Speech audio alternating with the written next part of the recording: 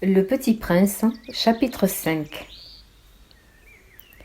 Chaque jour, j'apprenais quelque chose sur la planète, sur le départ, sur le voyage. Ça venait tout doucement au hasard des réflexions. C'est ainsi que, le troisième jour, je connus le drame des baobabs.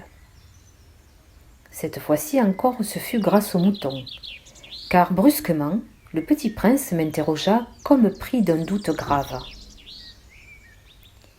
C'est bien vrai, n'est-ce pas, que les moutons mangent les arbustes ? Oui, c'est vrai. Ah, je suis content. Je ne compris pas pourquoi il était si important que les moutons mangeassent les arbustes. Mais le petit prince ajouta. Par conséquent, ils mangent aussi les baobabs. Je fis remarquer au petit prince que les baobabs ne sont pas des arbustes, mais des arbres grands comme des églises, et que si même il emportait avec lui tout un troupeau d'éléphants, ce troupeau ne viendrait pas à bout d'un seul baobab.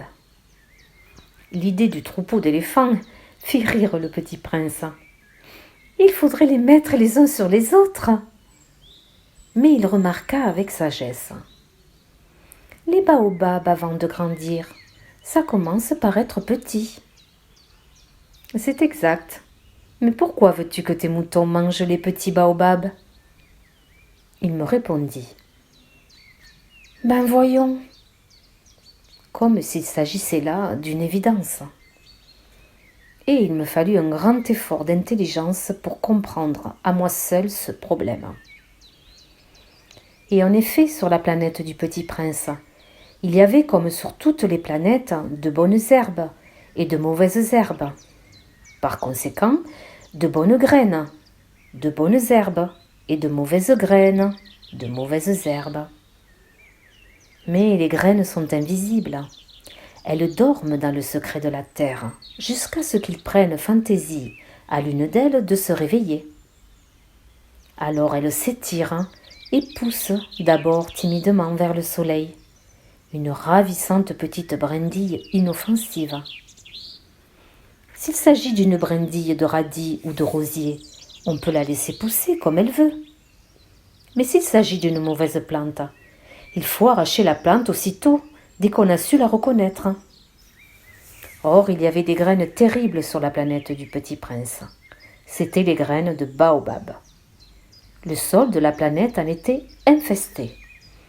Or, un baobab, si l'on s'y prend trop tard, on ne peut jamais plus s'en débarrasser. Il encombre toute la planète. Il la perfore de ses racines. Et si la planète est trop petite et si les baobabs sont trop nombreux, ils la font éclater. C'est une question de discipline, me disait plus tard le petit prince.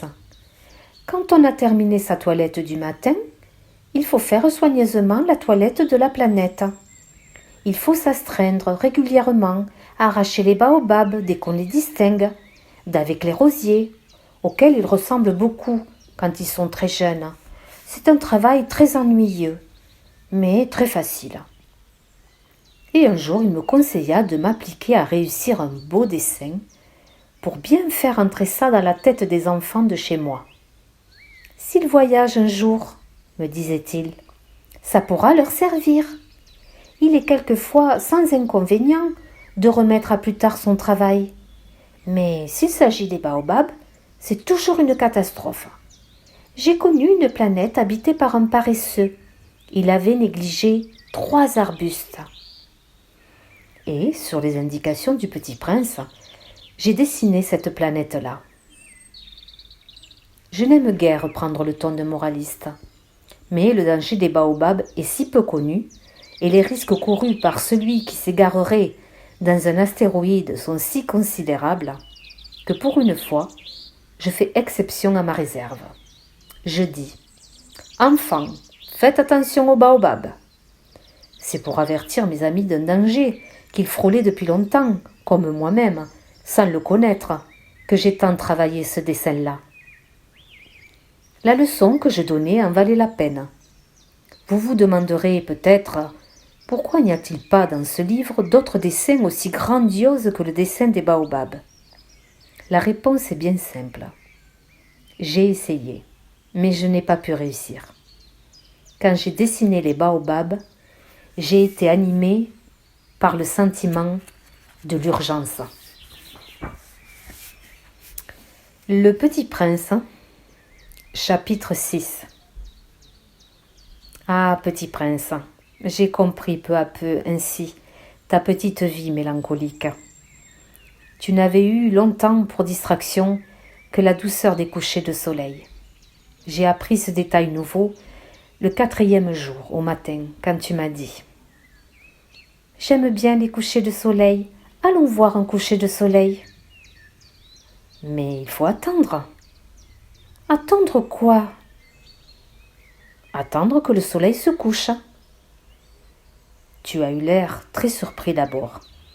Et puis tu as ri de toi-même et tu m'as dit « Je me crois toujours chez moi. »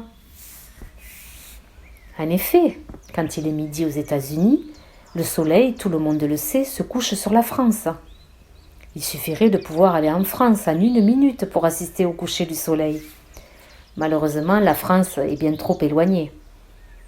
Mais sur ta si petite planète, il te suffisait de tirer ta chaise de quelques pas. Et tu regardais le crépuscule chaque fois que tu le désirais. Un jour, j'ai vu le soleil se coucher 44 fois. Et un peu plus tard, tu ajoutais « Tu sais, quand on est tellement triste, on aime les couchers de soleil. » Le jour des 44 fois, tu étais donc tellement triste? Mais le petit prince ne répondit pas.